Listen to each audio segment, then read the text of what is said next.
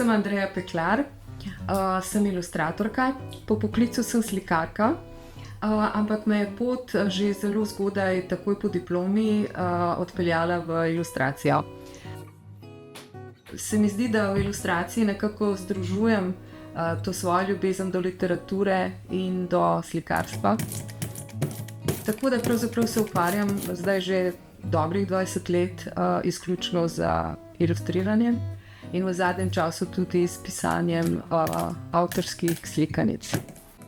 Sem že kot majhna čutila to potrebo po izražanju, po ustvarjanju, tako da sem veliko risala, slikala, tudi pisala pesmi, kasneje potem v gimnaziji, v srednji šoli. Ampak že v osnovni šoli sem se kar intenzivno ukvarjala z risanjem in slikanjem.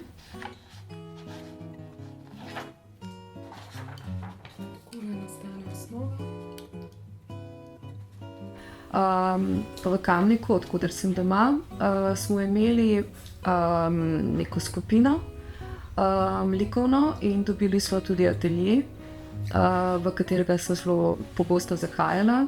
Tako da sem se s tem res, prosti čas sem preživljala večinoma v tem ateljeju. Kot majhna sem tudi zelo rada brala, ko sem pač že brala. Tako da nekako se mi je zdelo, da bo to neka moja pot, čeprav si nisem znala čisto točno predstavljati, kako bo to šlo.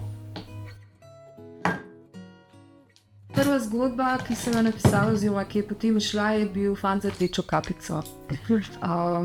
Nastala je v bistvu ob nekem projektu, muzejskem projektu, arheološkem, Praznik Situl, to je bila razstava o situlski umetnosti. In skozi moje roke je takrat šlo predvsej nekega gradiva slikovnega res te situlske umetnosti. In ob eni v bistvu se mi je nekako še se zaustavila, to je bila ena pasna spona z motivom lovca in jelena. In takrat se mi je pač porodila v bistvu ta zgodba, ki se je potem postopno nekako gradila. Jaz, ko ustvarjam, velikokrat ob tem delu delam tudi kakšne povsem spontane risbice, ki nimajo nekega namena. No in ena takšnih je bila neka forma, ki sem jo odtisnila, ker večino delam z monotipijo, se pravi z grafičnimi odtisi monotipije. In ob nekem tem odtisu neke forme, povsem naključne, sem v njej zagledala neko bubo. In sem jo dokončala kot neko osebo in sem ji dala ime Gospodična Buba, ampak takrat še nisem vedela, kaj iz tega bo.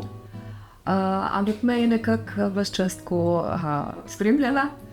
No in potem je v enem trenutku bila toliko zrela, da sem iz tega sestavila zgodbo pač o bubi, o tem spreminjanju, o spreminjanju metulja in tako naprej. Seveda, poleg tega, da v knjigi tudi na koncu je povsem faktični prikaz te spremembe iz bube v metulja, ima seveda ta sam proces, to metaforično noto razvoja, rasti, spremembe našega, če hočete, življenjskega ciklusa. Tako da v tem je noter seveda tudi povsem neka metafora.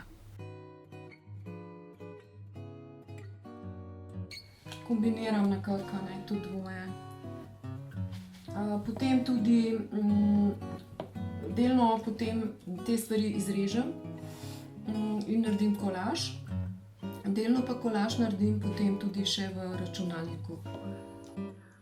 Lahko pogledava, recimo ugasnem tole.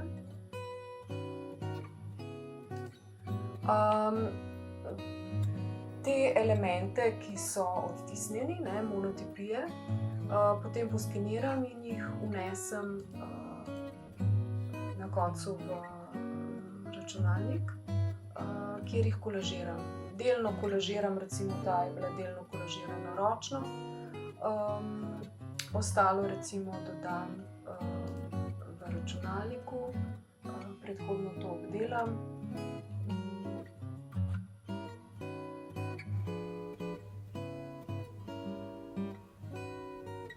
Sem zbiralka kamnov, kot se temu reče. In to je eden od takih zelo zanimivih kamnov, ki sem ga našla, ki deluje kot neko tako bitjece, in ob njem se seveda vzbudi domišljija. Tako da mogoče pa še kdaj najde pot v kakšno knjigo, zgodbo, mogoče tale.